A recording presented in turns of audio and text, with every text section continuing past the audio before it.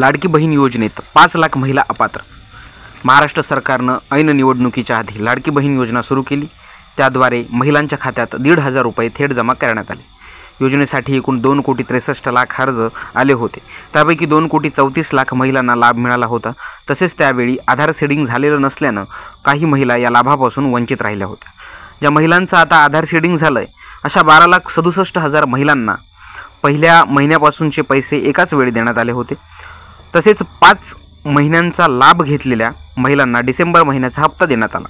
मात्र आता निवडणुकीनंतर काही निकषांनुसार महिलांच्या पात्रतेची छाननी करून काही महिलांना या योजनेतून वगळण्यात आल्याची माहिती मंत्री आदिती तटकरे यांनी दिली आहे।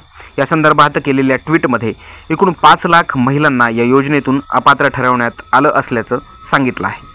महिला व बालकल्याण मंत्री आदिती तटकरे यांनी केलेल्या ट्विटमध्ये सांगितलं की दिनांक 28 जून 2024 व दिनांक 3 जुलै 2024 रोजी निर्गमित करण्यात आलेल्या शासन निर्णयानुसार अपात्र ठरणाऱ्या महिलांना मुख्यमंत्री माझी लाडकी बहीण योजनेतून वगळण्यात येत आहे।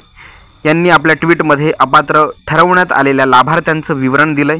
त्यांनी दिलेल्या विवरणानुसार संजय गांधी निराधार योजनेच्या लाभार्थी असलेल्या महिला 2,30,000, वयवर्ष 65 पेक्षा जास्त असलेल्या महिला 1,10,000, कुटुंबातील सदस्यांच्या नावे 4 चाकी गाडी असलेल्या, नमोशक्ती योजनेच्या लाभार्थी असलेल्या, स्वेच्छेतून योजनेतून नाव मागे घेणाऱ्या महिला 1,60,000, एकूण अपात्र महिला 5 लाख असून सर्व पात्र महिलांना मुख्यमंत्री माझी लाडकी बहीण योजनेचा लाभ देण्यासाठी महाराष्ट्र शासन कटिबद्ध आहे असंही त्यांनी आपल्या ट्विटमध्ये म्हटलं आहे।